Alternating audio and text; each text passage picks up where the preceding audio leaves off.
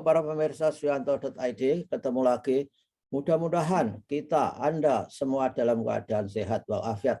Masih bersama dengan channel kesayangan Anda, channel untuk berbagi pengetahuan dan belajar sepanjang hayat, Suyanto.id. Nah, kali ini kita akan berbagi pengetahuan dengan Bapak Profesor Ali Shaukat, PhD. Dan tentu saja sebelum kita melanjutkan, jangan lupa klik subscribe supaya Anda tetap mendukung kita untuk melakukan pembelajaran sepanjang hayat. Nah, apa tema kali ini? Di episode kedua ini kita akan membahas integritas akademik terkait dengan publikasi. Nah, oleh karena itu simak, selalu ikut kita, dan kita sapa dulu tamu istimewa kita. Assalamualaikum warahmatullahi wabarakatuh, Pak Ali. Waalaikumsalam warahmatullahi wabarakatuh. Gimana Pak Yanto kabarnya?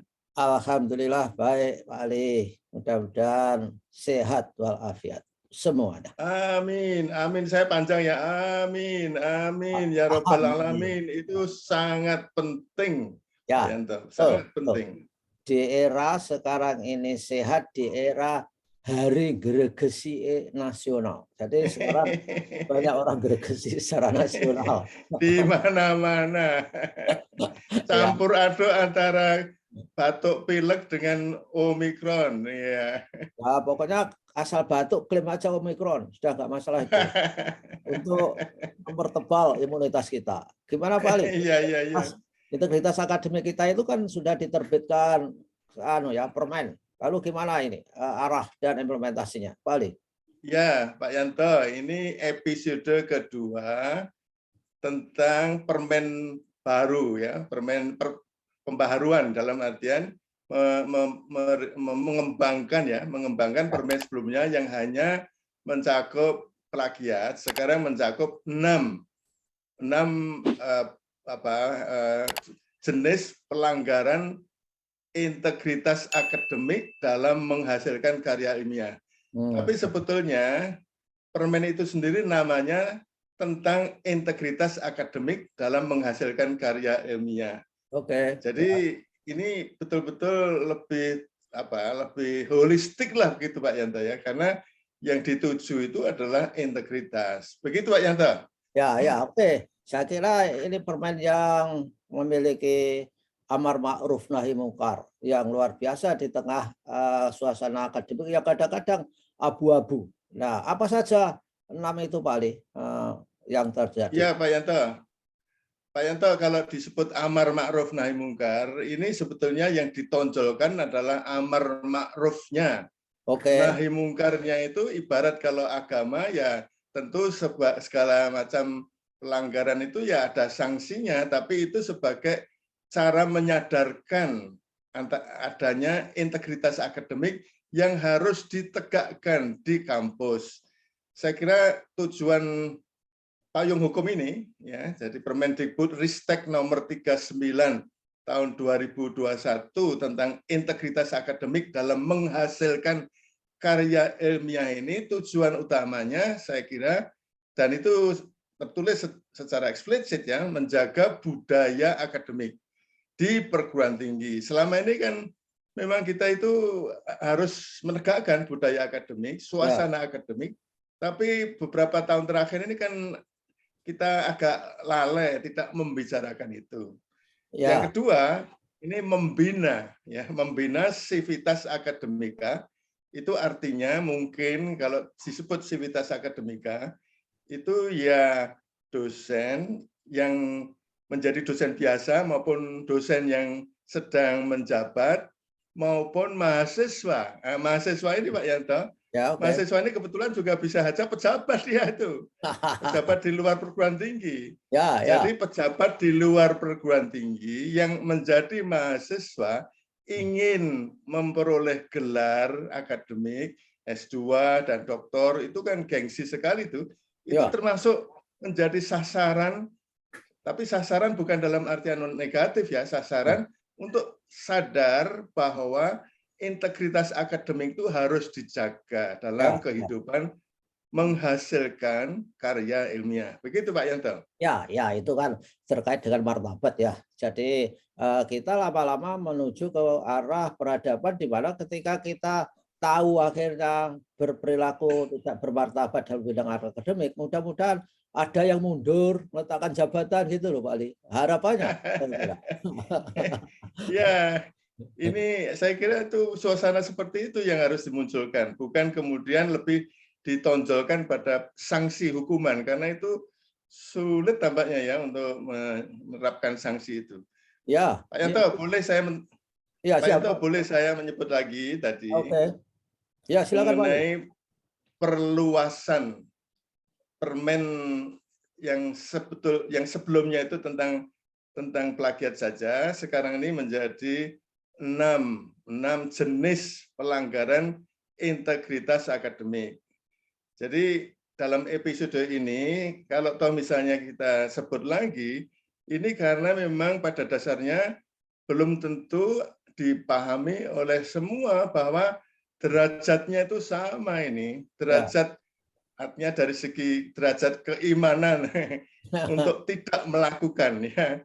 Kalau saya menyebut rukun iman itu iman untuk tidak melakukan. Ya, Iman itu kan keyakinan ya, keyakinan agar kemudian menjadi sadar untuk tidak melakukan pelanggaran 6 jenis integritas ya, 6 jenis pelanggaran integritas akademik dalam menghasilkan karya ilmiah.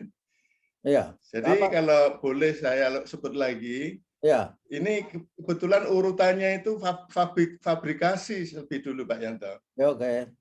Dan ini bukan buatan saya ya, tapi ini sependapat dengan saya yang selama ini tidak pernah ada payung hukumnya, fabrikasi itu sekarang ada payung hukumnya. Dan itu tepat untuk menjadi nomor 1 karena ini yang paling sulit diidentifikasi, paling sulit untuk ditelusur siapa yang melakukan fabrikasi. Oke. Begitu Pak Yanto. Ya, biasanya orang-orang yang sibuk kemudian pengen punya gelar doktor, kemudian sudah pejabat tinggi, itu bukan biasa, bisa memiliki ghostwriter. Itu jadi penulis-penulis hantunya itu ada di situ Bali. Jadi memang saya kira ini disentuh dengan payung hukum fabrikasi ini sangat penting. Ini mirip kalau dalam korupsi itu seperti fiktif ini ya. Jadi kan fiktif ini. Ya, betul Pak Yanto. Jadi itu tadi tidak hanya ghostwriter, tapi penjual yang berkeliling di kampung-kampung itu Pak Yanto untuk menjajakan layanannya. Dan ini saya kira banyak orang yang tergiur ya. Jadi betul-betul ini kita insya Allah dalam rangka menyadarkan jangan sampai ada yang tergiur. Yang lebih banyak tergiur itu pertama mungkin saya sebut, mungkin hanya karena merasa tidak mampu Pak Yanto. Ada yang merasa tidak mampu karena kompetensinya sehingga kemudian dia cari jalan pintas. Karena kebetulan di kampungnya itu menawarkan ini skripsi harga sekian, tesis harga sekian, disertasi harga sekian. Kalau termasuk bimbingannya harga sekian, termasuk bimbingan untuk ujiannya harga sekian, itu bisa Pak Yanto.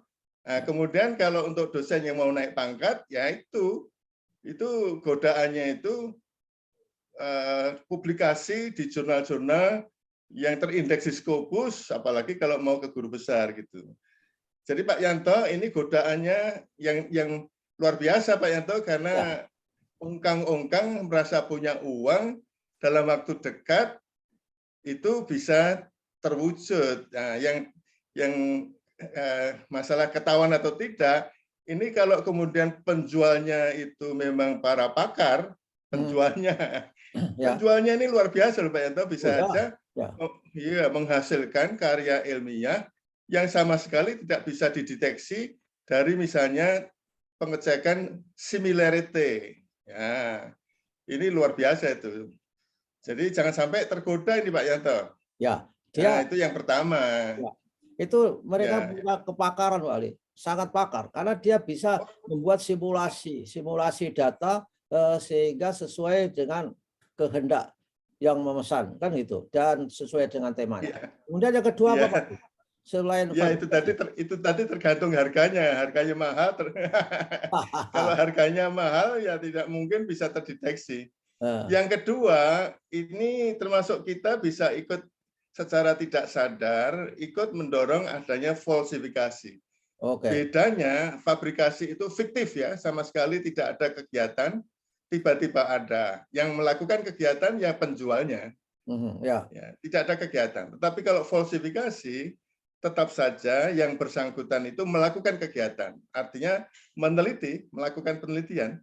Tapi kemudian karena merasa hasilnya itu tidak sesuai dengan yang diharapkan, maka kemudian ada bagian-bagian yang diubah, Ya. yang dimanipulasi, dimanipulasi. Ingat Pak Yanto kan sangat mahir ya tentang misalnya statistik itu kalau kemudian tidak signifikan itu sebetulnya kan tidak ada masalah. Ya, betul. Tapi kalau kemudian ada pemahaman bahwa kalau menggunakan statistik hasilnya tidak signifikan, itu dianggap gagal, ini bahaya Pak Yanto. Iya. Ini dengan mudahnya diubah. Lah itulah salah satu Ah, contoh ya, ya. konkret adanya falsifikasi. Ya. Nah, ini ada loh dosen yang menganggap begitu itu. Jadi jangan sampai justru tidak signifikan itu bisa saja temuan baru Pak Yanto. Ya, betul. Itu kebenaran. Ya. Ya, dan ini kan apa? Keterkaitan dengan persoalan-persoalan apalagi yang menyangkut hajat hidup itu kan bahaya. Kalau misalkan tidak signifikan diganti signifikan itu kan keputusan yang luar biasa ketika diikuti oleh orang. Hasil penelitiannya itu kan sangat menyesatkan dan itu multiplier effect dari efek jahat itu kan terus berlangsung Pak Ali ya. Gimana itu? Iya, betul. Jadi ini kalau kaitannya dengan dosen dan pembimbingnya ya itu, tapi bisa juga kaitannya dengan peneliti, dengan sponsor yang membiayai. Ini juga rawan godaan untuk mengubah data agar kemudian hasilnya memuaskan pihak sponsor. Itu Pak Yanto. Itu Ya yang untung. nomor dua. Yang nomor Ya, dua berat juga loh ini, karena ya, tidak mudah dideteksi loh Pak Yanto. ya. Cara mendeteksinya gimana? Ya tentu kewajiban untuk menyerahkan data apa adanya itu harus betul-betul ditegakkan itu. Kalau enggak, itu tidak bisa. Kalau dicurigai, baru kemudian peneliti diminta untuk menyerahkan data mentahnya, Pak Yanto. Oke, ya, tapi sebetulnya nggak harus ya orang bersignifikan. Dan prinsip ilmuwan itu kan salah itu boleh, tetapi bohong yang tidak boleh. Nah ini kan Betul. biasa. Jadi Oh, salah dalam pengambilan data itu kan diaku saja gitu. oh, nyatanya ilmu statistik juga memberi ruang sehingga ada errornya itu juga disebutkan juga kan. Jadi Iya, salah. betul. Itu resmi ilmunya mengakui bahwa ada Betul. ruang salah kan gitu. Mengapa? Jadi Kita malah justru menyalahkan diri sehingga seolah-olah barang salah dianggap betul. Itu saya kira sudah tidak sesuai dengan hukum alam. Nah, Wali, ini kelihatannya waktunya agak cukup sehingga tolong disebutkan dari 6 itu masih sudah 2. Yang 4 apa nanti kita lanjutkan di episode berikutnya, Wali. Supaya para ya yang penasaran. betul. Yang ketiga itu masalah plagiat. Ini plagiat ini sangat populer ya karena selama ini sudah ada payung hukumnya. Kemudian yang keempat itu kepengarangan yang tidak sah. Oke. Ini juga sudah disadari tapi orang masih belum yakin ini pelanggaran integritas akademik. Sekarang dengan adanya permen baru ini saya kira menyadarkan bahwa ini betul-betul pelanggaran kode etik, pelanggaran integritas akademik, kepengarangan yang tidak sah. Berikutnya yang kelima, konflik kepentingan. Ini juga sudah banyak dibicarakan, tapi karena payung hukumnya belum ada, dikira ini ya masih bisa saja dilanggar, toh tidak ada sanksinya. Sekarang harus disadari, jangan, ini betul-betul pelanggaran. Yang terakhir, dan ini banyak yang belum sadar, yaitu istilahnya itu pengajuan jamak. Pengajuan jamak itu mengirimkan satu artikel yang sama ke jurnal yang berbeda-beda. Minimal misalnya di 2 jurnal dengan keinginan agar paling tidak salah satu jurnal itu bisa memuat. Tapi itu termasuk pelanggaran kode etik, apalagi kalau kemudian dua-duanya di 2 jurnal tadi memuatnya, itu bisa masuk wilayah self plagiarism. Begitu Pak Yanto. Tapi dalam permen ini Pak Yanto ada definisi yang jelas. Cuma contoh-contohnya saja saya kira perlu kita jelaskan Pak Yanto. Gitu Pak Yanto. Ya, dan para pemirsa, inilah 4 yang lain yang akan kita elaborasi pada episode 3 yang akan datang. Jangan lupa selalu ikuti supaya Anda tahu bahwa di dalam integritas akademik itu kita harus melakukan seperti do's and don'ts. Jadi kita tahu mana yang benar, mana yang salah. Terima kasih Pak Ali atas kebersamaannya dengan Suyanto.id. Dan sama-sama Pak Yanto. Mudah-mudahan kita ketemu lagi di minggu depan dengan tema yang sangat menarik itu tadi. Wassalamualaikum warahmatullahi wabarakatuh. Waalaikumsalam warahmatullahi wabarakatuh.